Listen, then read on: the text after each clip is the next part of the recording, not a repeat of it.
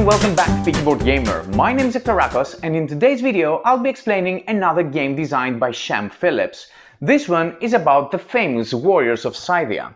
The Raiders of Scythia is a 2 to 4 players game, also has a solo mode and plays in about an hour. Well, a little bit more. Let's move to the table and see how the game is played. There are 4 different types of hexagonal resources: gold, equipment, wagon and livestock. For convenience, I will refer to these resources as colored resources. Place all the colored resources into the bag and give them a shuffle. Place the board in the middle of the table. The top part of the board depicts the Scythian village with 8 action spaces. Shuffle the quest tokens and place them in a face-down stack next to the board for now. Flip the top 2 tiles of this stack and place them facing upwards in these 2 spaces in the Scythian village. Then place 1 blue worker to each of the town center, the meeting tent and the market action spaces. Beneath Scythia we see the part of the board for Cimmeria. These boxes are raid spaces. Place a random quest tile to each one of the raid spaces facing downwards. Depending on your player count, some of these raid spaces will not be used. In my 2 players example, I will leave those 2 spaces empty. Above each one of the raid spaces we see illustrations regarding a specific type of worker and also an amount of colored resources. Place the indicated worker type on top of the tile and then draw the indicated number of colored resources and also place them on the tile. Then do the same for all used raid spaces and then repeat for Assyria, Persia and finally the Greek village. The only difference is that in Greece you don't place any quest tokens, but still you place workers and colored resources. After you finish setting up the board, empty the cloth bag and place all the colored resources in a supply next to the board. Any leftover quest tokens and also the bag return back into the box. Also, next to the board create supplies with provisions, kumis, silver coins and damage tokens. You can also place the 6 dice of the game near the board as well. Shuffle all the animal cards and create a face-down stack. Then from this stack, flip the top 3 cards. Players then select a personal board which they place in front of their play area. Each player then takes the scoring marker that corresponds to the board, 3 silver, 1 food provision and a blue worker. At this point, all leftover workers return in the box. Now, shuffle all the hero cards and also all the crew cards. Now you will flip 1 hero for each player in the game plus 1, so in my 2 players example I will flip 3 hero cards. Next to each one of these hero cards you will flip and reveal 1 crew card. At this point players randomly select a player to be the starting player. In my example it will be the orange player. Now starting with the last player and then in counterclockwise direction, each player will select 1 set of cards. I will select this pair of cards and the hero card is placed in the first hero space of the board, while the other one is placed in any one of the 5 crew spaces. Now the next player will choose one of the sets until all players have 1 hero and 1 crew member. After this process is finished, the unselected hero card and the rest of the hero cards return back in the box. The rest crew cards are placed as a stack next to the board, and the crew card not selected by the players starts a discard pile for crew cards. Players are then dealt 5 crew cards from this stack. Players will then choose 3 out of 5 cards to be their starting hand and will discard the rest. Each player then places their scoring marker in space 0 of the scoring track and the game is now ready to start. The board depicts a Scythian village on top and then we have many enemy villages offering raid spaces to be attacked by players. To attack villages successfully, players will need many resources and also a capable crew. Players acquire these resources by performing actions that are depicted in the Scythian village. At the end of the game, the player with the most victory points is declared the winner. The game is played in player turns, starting with the first player and then continuing in clockwise order. This continues until the game's end is triggered. We'll find out about these triggers towards the end of this video. On their turn, players have 2 options. One of the options is to raid. Players simply choose one of the raid spaces and attack it. The second option is to work, which is performing actions in the Scythian village in order to gather resources. Since we need to prepare before attacking, I will start explaining the work action thoroughly. When players work, they actually perform a double action using two of the buildings in the Scythian village. The way to do this is by placing one of their workers to an empty building performing the corresponding action, and then picking one other worker and then again performing the action of the second building.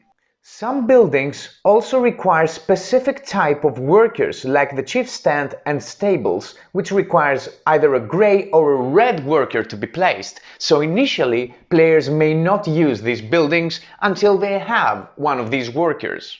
So for example, a player may place this in the barracks, performs the barracks action, and then picks this one and performs the market action.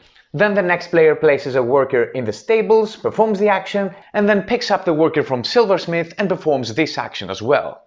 Now let's explain each one of these actions, starting with the stables. With the stables action, players gain one new animal. Players select one of the available cards and then either pay 2 coins to use the eagle part, or 1 equipment, which is the grey resource, in order to use it as a horse. The animal is then connected to one of the crew spaces. When you use the eagle, you place the card like this, but when you use the horse, you place it like this, hiding the eagle part. Players don't have to connect an animal to a space with a crew card. However, only animals connected to a crew card may assist during a raid. We have to say also that after animals are connected to one space, they cannot move to another one. But players may always discard one of their animals to a discard pile when they want to place another animal in the same position. After performing the stables action, you immediately refill the empty space with a new one from the stack. And if this stack ever depletes, you reshuffle the discards to form a new stack. Barracks offer players 2 different options. Players may either hire another crew member from their hand by paying the cost indicated here in coins and then add it to their personal board to an empty space. After a crew card is placed, then it may not move again. However, players may always discard crew members to make space for new cards. The second option is to spend the kumis back to the supply to remove 2 wounds from the player's crew cards. Crew cards gain wounds during raids, as we will soon see. Next we have the silversmith building, which works differently depending on the type of worker that is placed or picked. If a blue worker is placed or picked, the player gains 3 silver coins. But if a red or grey worker is placed or picked, the player only gets 2 coins. Speaking about gaining resources, and as the illustration on the player's board indicates, a player can have no more than 8 coins, 8 kumis, 8 provisions, or 8 cards in hand. There are no limits in the number of colored resources a player may have. The farm works similarly, offering provisions instead of coins. If a blue or grey worker is placed, the player gains 2 provisions. But if a red worker were placed, the player gains either 3 provisions or a brown wagon resource. Next we have the chief stand, which also offers 2 options to the player. When a player places or picks a worker in this space, the player may either spend a black livestock resource to gain 2 provisions and the kumis, or the player may complete 1 quest. Quests are raid tiles when they're turned facing upwards. In the beginning of the game, we have 2 such quests in the top left corner of the Scythian village. Players must pay the indicated cost depicted on the tile and then bring it to their play area. This tile, for example, requires the player to spend 4 coins. This tile, however, requires the player to spend cards from their hand that equal or exceed 12 strength points. Strength points are depicted in the top left corner of crew cards. These tiles will worth the depicted number of victory points during scoring at the end of the game. In the town center action, players may use the powers depicted on their cards. Players either execute the power depicted in the bottom part of their hero card, which in this case is gain 1 silver, 1 kumis, 1 provision and 1 card, or select a card from their hand and execute the power depicted in the bottom right corner with this illustration, which in this case is lose 2 silver to gain 1 gold, and then discard the card. Or if players have eagles depicting this symbol and the eagle is attached to a space with a crew card, they may execute the power depicted again in the bottom right corner of this crew card without having to discard the card. In this example, the card says remove 1 wound from each of your crew members, so I can get rid of all these wounds. Crew cards also have a second power depicted in the bottom left corner of the card. This power can only be used if the card is placed on the player's personal board. When exactly is triggered is described on the text of the power. For example, this power says gain 1 provision after taking a farm action. So after a player takes a farm action, he instantly gains an additional provision. Next we have the meeting tent. When players add or pick a worker from there, they either gain 2 new crew cards adding them to their hand, or only 1 crew card and 2 kumis. Finally, when performing the action of the market, the player either discards 1 crew card from hand and gains 2 coins, or 2 cards from hand and gains either 1 wagon or 1 equipment from the supply. Now we'll explain the raid action with which the players attack 1 raid space. Raid spaces are organized in groups of 2 in 1 settlement. Each village has 3 settlements with 2 raid spaces each. In the bottom part of each settlement we see requirements in order for the player to attack a raid space within that settlement. First, the player needs to place 1 worker, the type of which is depicted within these boxes. There is 1 box depicted for each raid space. So if both boxes are occupied with workers, this means that this settlement may not be raided again. To understand this action easier, I will explain this procedure using a detailed example. Let's say that I want to attack this raid space within that settlement. First, I will need to place a worker of a great type, which I have. The second requirement is that I need to have at least 4 crew members within my personal board, which I have. Next, I will need to spend 3 provisions and 1 wagon to the general supply, which I also have. Adding up the strength values of my crew and also the attached animals, I reach a total of 13. Don't forget that animals that are not connected to a crew member cannot add their strength to the crew's strength for that raid. Now I may spend kumis to the general supply to increase my strength for 1 point for each kumi spent. I choose to spend the 2 kumis, so I reach 15 strength. Also, this crew member has a power that says gain 2 strength when raiding Persia. I am currently attacking Persia, so my strength now is 17. This strength increase, of course, is just temporary. Now it's time to roll some dice. The number and type of dice that will be rolled is depicted next to the village name. In Persia, this is 2 red and 1 white dice. Also, the player will have to roll a yellow die for each raid space within that settlement that has a gold resource on top of the tile. Both raid spaces within the selected settlement have a gold resource, so I will have to roll both yellow dice. In the bottom part of the main board, we see illustrations depicting the different faces of each die type. The numbers on the dice we rolled is strength that will be added to my strength total of 17. Blood drops depicted on the rolled dice is the number of wounds that my crew will receive for raiding this village. So after my roll, my strength is now 24 and I have received 7 wounds. Now I need to assign these 7 wounds on my crew cards, not on my hero, not on my animals. Each crew member can endure a number of wounds equal to their strength. This crew member has 0 strength, so if I assigned it 1 wound, it would kill it. I would discard it together with all wounds on top of this card. This card has strength of 3, so I could assign 2 more wounds without having the crew member killed. Now I'm assigning 1 wound to this card here, which has a power that says gain 1 silver if wounded in a raid.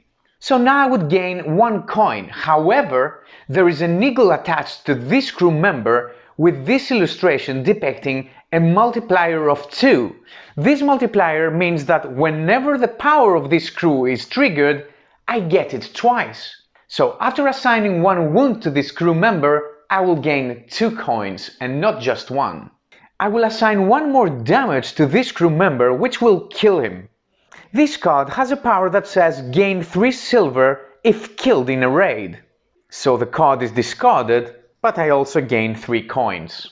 Let's assign the last 2 wounds, 1 to each one of these cards.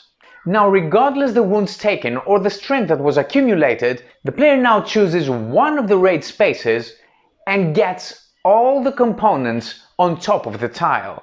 The player flips the tile to reveal a new quest. Finally, depending on the accumulated strength and based on the illustration here, player gains victory points immediately. With my 24 strength, I qualify to gain 6 victory points. With 12 to 19 strength, I would gain only 4 victory points, and if I accumulated 2 to 11 strength, I would only gain more wounds. Now let's see how this game ends. There are 2 game end triggers. Trigger 1 is when there are only 2 settlements remaining to raid. Trigger 2 is when there are only 2 remaining quest tiles, either facing upwards or downwards. In this situation, we have 3 settlements left and 3 quest tiles left. So if a player takes this quest tile, then we're left with only 2 quest tiles and the game's end is triggered. Alternatively, if a player raids one of these 2 settlements, we'll be left with only 2 settlements and the game's end also triggers. When the game's end is triggered, the game continues until all players get 1 more last turn, including the player that has triggered the game's end, who will take the final player turn of the game. Then we move to scoring. In scoring, players add to their score the following. Players take the victory points depicted on the quests they have gained and also on their animal cards. Some crew cards also have powers that grant victory points at the end of the game. For example, this crew card says that you gain 1, 2 or 3 victory points for having 3, 4 or 5 eagles respectively. So I gain 1 more victory point. Finally, players gain victory points for their remaining colored resources. They gain 2 victory points for each gold, 1 victory point for each equipment, 1 victory point for each wagon, and 1 victory point per 2 livestock. Provision, silver and kumis do not grant victory points at the end of the game. However, if there is a tie, then the tied player that has the most of these is the winner.